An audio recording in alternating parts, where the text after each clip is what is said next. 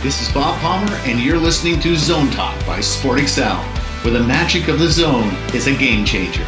In every episode, we dive into the lives of high performers and learn their amazing strategies so that you can take leadership of your game, your team, and your life. Welcome, Jessica Zelinka, to ZoneTalk. Jessica is a Canadian heptathlete, 100-meter hurdler, and coach. She was the gold medalist at the 2007 Pan Am Games, silver in the 2010 Commonwealth Games, and repeated her silver medal at the 2014 Commonwealth Games. She finished fourth in the Olympic Games in Beijing, sixth in London. Between those two games, she gave birth to her daughter, Annika. Welcome, Jessica. Hello, Bob. Thanks for having me. I'll set the stage. London Olympics, name Jessica Ennis. What memories does that conjure up to you? Wow, those games were in London, and Jessica Ennis was the British, basically the face of the Olympics, the sweetheart of the Olympics. And the stadium was full. I think it was 80,000 people capacity stadium. And the first event was the hurdles, the 100-meter hurdles. And that was my best event. And Jessica Ennis was like in my heat. It was the fastest heat. And the crowd was going, "Go, Jessica!" And I was like, okay, I can pretend they're cheering for me. But it was great. It was the fastest race in the history of heptathlon 100-meter hurdles. Jessica got me at the line, and she got the Olympic record for the heptathlon in the hurdles, which was Jackie Joyner-Kersey's record, which she's been untouchable over the years. And I also got the record. So although I got a personal best, and usually I'm really excited, after that I was like, come on, Jess, like just give me something here. But yeah, she was an all-star that competition. She got the European record, and it was really great to compete with her in London. Yeah. So how'd you deal with that moving on? How'd you get over that? How'd you, I guess, pull yourself together to get rid of that self-talk?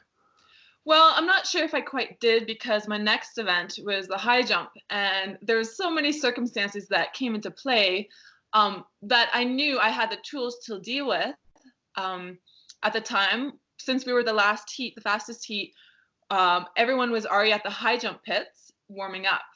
Our bags were not there. We need to change shoes, spikes, so we can't warm up until we get our spikes. So everyone's already going over the bars, got their marks down, and we're waiting for our bags. They're like, "We'll have to escort you guys back to the change room to get your bags. They were put there instead by accident." So we walked it's a huge stadium. We walked all the way to the change room. Bags weren't there. Walked all the way back. Bags are there. Everyone's sitting down waiting for us to warm up. And so that was the one thing. And then my coach was there, and he's like, "Jess, why are you stressing out?" I'm like, I didn't think I was stressing out. I'm actually pretty fine. I don't need much of a warm up. And now we have the pits to ourselves, and we can just like get it down and get going. And then when it came time for me to start jumping, it started to rain. And raining in high jump, taking that sharp curve into the pit, isn't the most ideal. But again, I've done it before. I've done it in my career many times since high school. Again, thought I was equipped.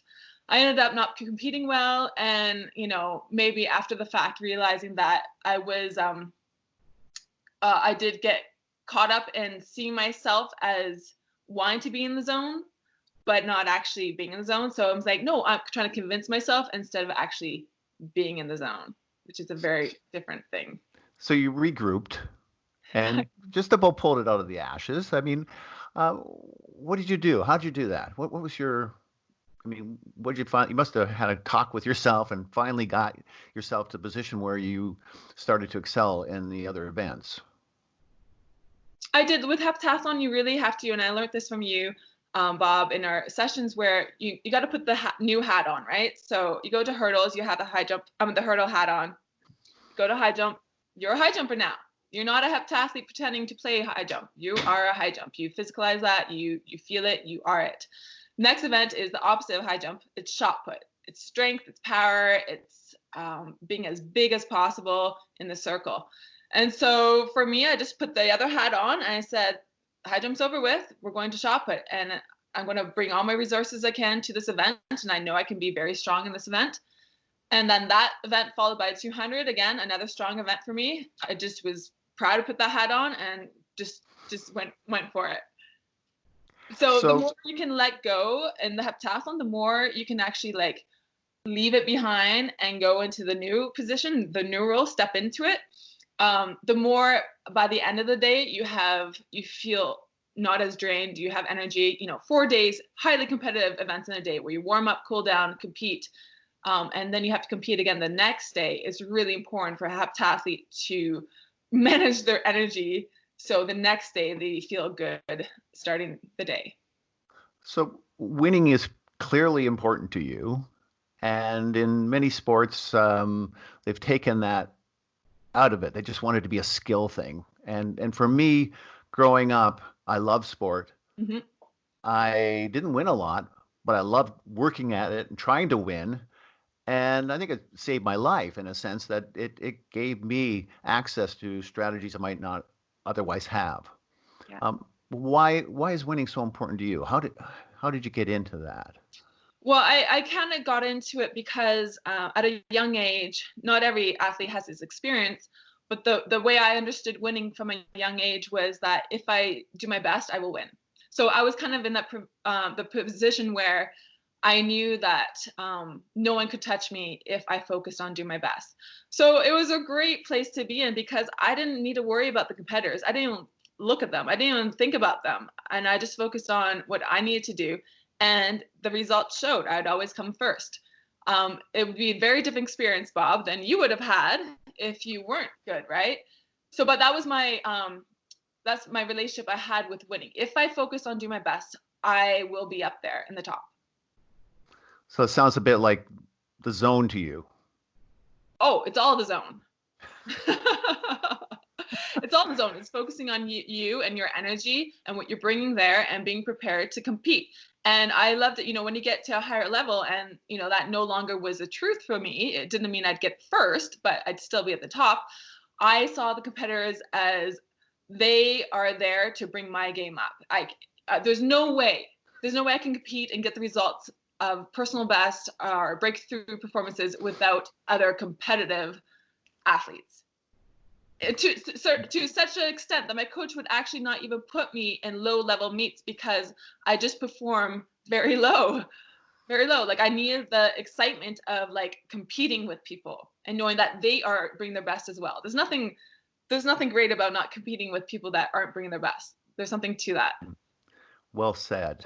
I know at that level, some people try to get an advantage, and I always feel that working with an athlete gives them an advantage. But other athletes go to illegal means, and I know, recently working with some Olympians or wannabe Olympians, the meetings cancel at last minute because someone's come by for a urine test.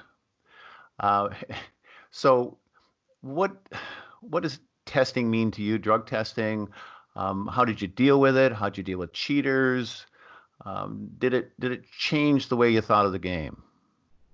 Yeah, I get that question a lot from people. To me, it was just the norm, and I didn't really think too much about it. I really liked the Canadian system because they were very on top of their athletes. But as soon as a Canadian athlete goes and competes in the US at a college, they're not under the same kind of standards I think the Canadian system is. So I felt proud to be Canadian that way, and that even though they're waking me up at 5 o'clock in the morning when my baby's sleeping and I need to train that day and I'm not happy, I get it. The other side to that is the athletes in other countries who are not only not getting tested like that, the system is protecting them. And for me as an athlete, and even my coach, he was Eastern European and he's like skeptical about some of the countries and the athletes. For me, I couldn't control that. That was outside my control. So I would really I'd tell him sometimes like Les, I don't want to hear it. I don't care if you think this athlete's on drugs. It's not going to help me. When I line up against them at the start line, me thinking they're on drugs is not going to help my performance. So in that way, I kept myself very naive to it, very didn't think about it, didn't get caught up in the drama. And the funny thing is, on forums, especially like cycling forums around the Olympics, when people start to pay attention, people were actually talking about me, about like, oh, she's on drugs. She must not get her period. And they don't know I had a baby and everything. And I was shocked to see that, because I take so much pride in doing things cleanly. And just because my physique shows that I'm in great shape, doesn't mean I'm taking drugs. So even though like athletes are clean, a lot of us are like, a lot of people think that we're all taking drugs, like the whole Ben Johnson thing, like everyone in the finals was taking drugs. As an athlete, I couldn't believe that. I did not buy into that belief. I believe some of the best athletes I competed with, like Jess Ennis and Carolyn and Kloof over the years, they were clean. And I believe that, then that's what kept me going, thinking I could be one of the best. So there is that person in the lane next to you who's got a reputation for, cheating the system. I mean, besides just trying to block them out, what was your strategy? How did you deal with that? Not only did they have a reputation, some athletes actually were caught doping, and then they only had a 2-year ban, so they came back. So there was athletes who I knew had the reputation and have done it and still are benefiting from doing it even 2 years ago. And I think the way I just focused on myself. I felt the trigger, seeing them and saying like, you shouldn't be here. You cheated. You shouldn't be here. It does affect you. You can't just ignore that. But going into it, I knew who I was going to compete against, and I knew they're going to show up again. And I knew my best was going to beat theirs, even if they were cheating. And there's something to that, like to be able to beat people who cheat. Yeah. Like, come on, can't get like that. Bring it on. Yeah. So at this high level of competition that you're at, injuries happen. And I know you have a story about, a plantar fasciitis or injury that you had that just, provoked you to even work harder. How did you deal with that kind of stuff happening all the time? Yeah. So all athletes deal with injuries, and my biggest injury was my torn ruptured plantar fascia the year before my first Olympic Games. So I had not qualified for the 2004 Olympics, almost quit, was devastated, committed to another 4 years. I was still pretty young and naive, and thought it was supposed to be easy, I guess. And the year before, I tore my plantar fascia, and at that point, it didn't faze me like it would have maybe in 2004. I knew I was going to be at the next Olympics, and I had to forget everything I had planned ahead of time in terms of the physical and focus on the things I could in the moment. So that was my rehab and revamping a plan, focusing on the mental game of things. And that too, like when I'm competing against people who may be on drugs, like it's not all physical. It's so much more than physical. So I know I can look at them and be like, well, I do other things that is like taking drugs. So, oh yeah. So, but in terms of that, like I think there still needs to be a major shift in the sporting world where there's so much focus still on the physical and not realizing how much can be done off the field that can enhance that can make all that like hard work less difficult, more in alignment to you as an athlete, more with flow and seeing results quicker. I remember one of your 100-meter hurdle races, and right at the beginning you were in the zone, which I can tell, and you let out a ki, like a little karate. You jumped up and let out this ki. Well, the result was, and I don't know, I doubt it was intentional. I mean, you were just in the zone, but the result was there were 2 missed starts or false starts by the other competitors in the race. And with both of those false starts, you didn't even flinch a muscle. No. Yeah, there's something really neat when you are in your not only zone, but at the race you're talking about was when I won the Olympic trials and against Olympic hurdlers, and I was a heptathlete after doing a heptathlon a couple of days before, and it was a bit of a surreal experience where I was in the zone, but I could play within it. And it's not always like that. Sometimes you're in the zone and you get the competition, you get the performance, and then you just kind of like made it through, right? This time I felt like I could play being in the zone. So I was aware of the people around me, and I was like, this girl is not going to do well. And I was almost like anticipating a false start. Like I knew that things were off, and I knew that I had this amazing bubble that extended out. I was protected within it, but it was extending out and affecting the other athletes because the other athletes didn't have their bubbles protecting them, right? You can call that zone, you can call that energy. For me, it just felt like my bubble was out, but I wasn't being affected by other people's energy. So it was a really fun, that was like such a fun race. And I won. I got a personal best, and I made it to the Olympics in the 100 meter, and I made it into the finals in the 100 meter. So once you get really good at the zone, you realize that you don't need to like hold on to it for dear life like it's going to go again. Like the more comfortable you get with playing with it in even day-to-day life, the more you realize that you can tap into it without the trying, without the effort. That's the whole point. It's without the efforting. So you had to come back after having a daughter. Mm-hmm. It was probably a lot of women listening to this podcast are, career athletes, and they're thinking ahead, thinking of families. How did you work that into being a professional, really? Yeah, I had to add another hat to my roles, which was mother.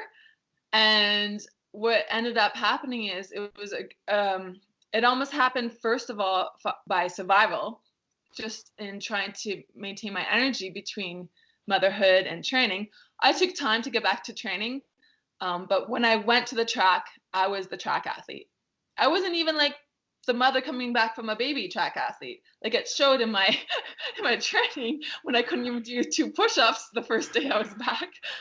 But I because I had the experience of being a high-level athlete, I wanted to remember and tap into that to accelerate my progress. So when I was there, I was the athlete, and it came back quick because I remembered.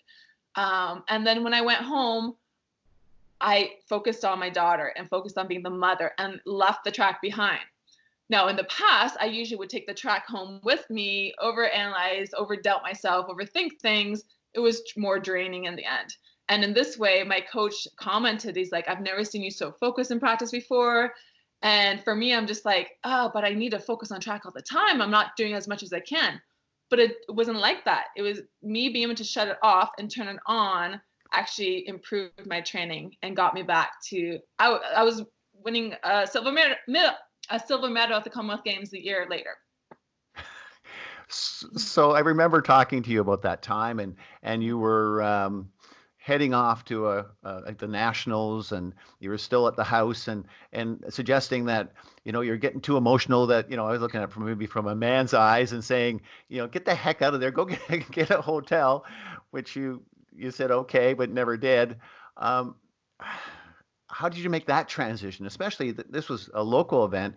I mean, you might be going halfway around the world to an event and leaving your daughter. I actually did get a hotel. That was for the Olympic trials in Calgary.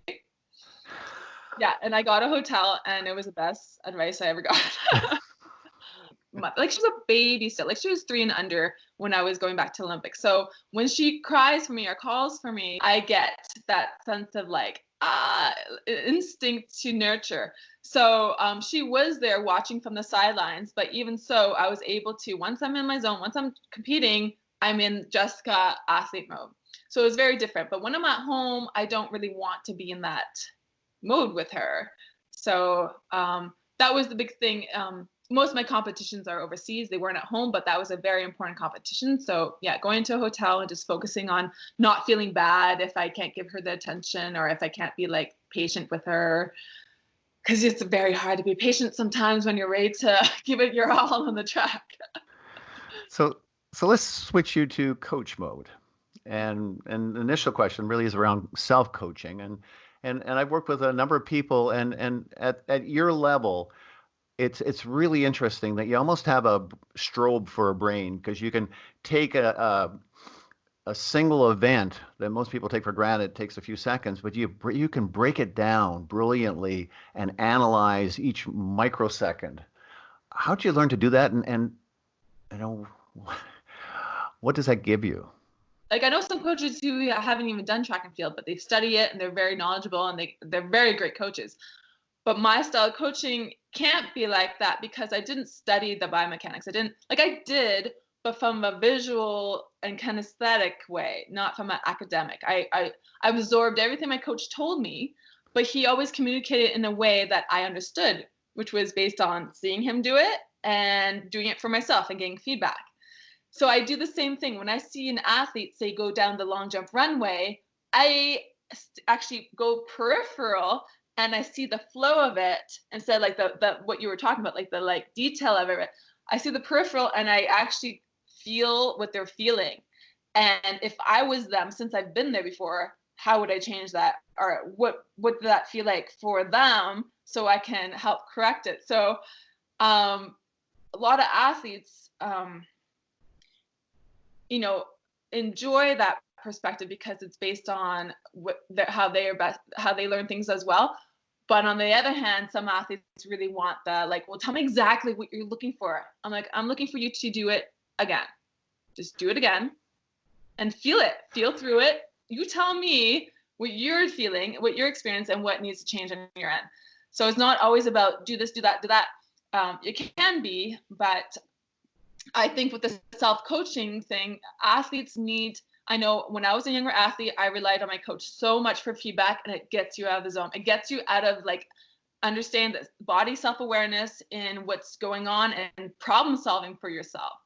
So later in my career, my coach and I developed a relationship where when he saw me, he knew when to speak and when to not, and when I was working through something. And when I heard something from him, I had to internalize it and make it mean something for me. So you're a high-level coach. You're looking at that athlete. You've broken it down. You can feel where they're making mistakes. How do you get other coaches? What would you encourage other coaches to do to learn that kind of basic methodology? Goodness, it's strange because I'm such a newbie as a coach, and I don't feel like I have the credibility to even speak to other coaches. I'm learning all the time and I'm making mistakes all the time. What I do see though, so I haven't been really coaching too much in the organizational club system, but what I see is, to actually, although I'm trying to feel what the athlete's feeling, I'm actually really detached from them as well, is the combination. I see a lot of coaches really attached to the performances of their athletes and feeling like they need to make them feel good all the time. Oh, you did good, or that's okay, it'll come. I don't feel the need to encourage them in that way. I feel like I need to empower them to be able to make mistakes and recover from them feeling better, not worse, or relying on me to feel bad, not relying on me to feel bad. So I would suggest to coaches to allow their athletes to make mistakes, give them more space in the training period to figure things out, to ask you questions instead of you telling them answers all the time, or asking them better questions for them to think for themselves. And if they're feeling down, you don't need to feel down with them. You don't need to make them feel better. That's okay. That's part of the process. So you have this ability to break down their technique, but you also have a kind of a natural way of building rapport with your athletes that I've been very impressed by. And you told me a story about going into a school where they weren't high performance athletes, and boy, you had to scale back your program, but you did it amazingly. Yeah, that was an amazing experience for me as a coach, especially early on, because I realized that coaching is more than just giving technical advice and trying to get athletes to do things properly. And I ended up working in the phys ed with a phys ed teacher in the gym classes. I was there to integrate a track and field program for after school. I ended up in the gym with people who did not want to be in phys ed class. And where the teacher also allowed them not to participate. And so I came in and my only goal was to get everyone to participate and to again, allow them to feel things out through rhythm, through posture, through connecting with their bodies in a safe place. And it just down to the fundamentals. Okay, let's start with our posture. How we're gonna like show up today. And then our breathing. And then let's find a little skipping, like skipping rhythm. And then increase that speed, increase the coordination. And in the end, basically all I was trying to do was getting them into flow, getting them into some mirroring my zone and having them move. And it was amazing results. And I got their buy-in, and I didn't know what I did, but it was definitely, it came from my experience of like, I have no idea. What I had planned is not going to work out. The best thing I can do is get into my zone and also feel what they're feeling and respond to that in a positive way, not go down with them, not feel like I don't want to be here either. No, I am here and I want to bring them up to my level. So amongst that kind of skill and other skills that you've learned, is there any takeaway from the work we've done together? Yeah, the biggest takeaway is the work that we've done together is so much more than performance. It's performance in sport, but it's performance in life. I think a lot of us experience our best selves, or when we feel at our best in sport, when we're athletes and we love something and we're seeing improvement and we know that feeling, skills that will make you a high performer in anything you do, including school, including academics, right? Including being a parent, a daughter or a son. There's so much you can do to create a better environment to thrive in. And you don't need to wait until you're at the track trying to get feedback from your coach and waiting for them to tell you if you're doing good or bad. To that effect, do you have any advice for coaches that are trying to make a difference in the lives of young athletes like you did at that school?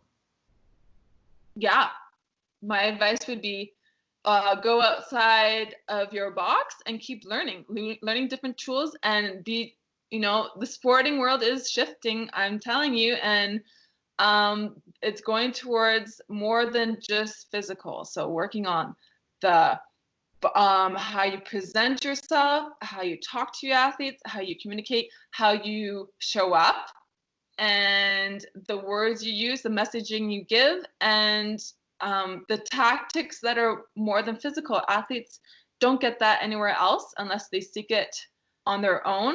And I think everyone should have access to how to perform in training, practicing training, so they don't show up the competition crossing their fingers that some magic is going to happen. The coach needs to bring that all in training. It's called planning. Intention. Yeah. Yeah. So I'm an organization. I don't have track athletes. I have a hockey team. I have a soccer team. What might be the benefits of bringing someone like you into that realm?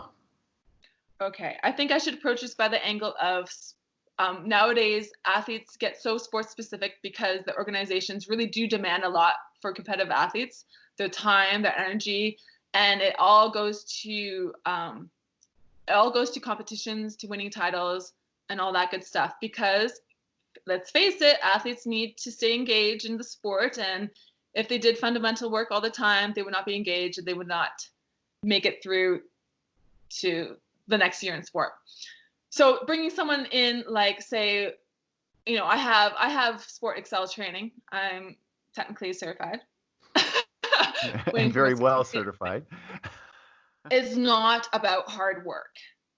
Those days are over. It's not about repetition and hard work. If you're not doing it in the performance state, the ideal performance state for the athlete, then all you're doing is reinforcing mediocre performances in training. So you can do that for 2 hours in training all you want, you'll get the same result. So bringing someone fresh in and kind of giving that perspective, and that person, that coach, being able to hold the zone for them so they can really see what it feels like and they can mirror it, make it easier for them to kind of pick it up at first. And then doing some basic things that they can start implementing it, and then they can see the results they will get. So it's less technical, less sport specific, and more how do we apply these tools to training, to our daily habits, to our daily mindset, so it becomes our default state. That's what we're looking for. Cool. So right now we're going to a crisis, going through a crisis that won't be here forever.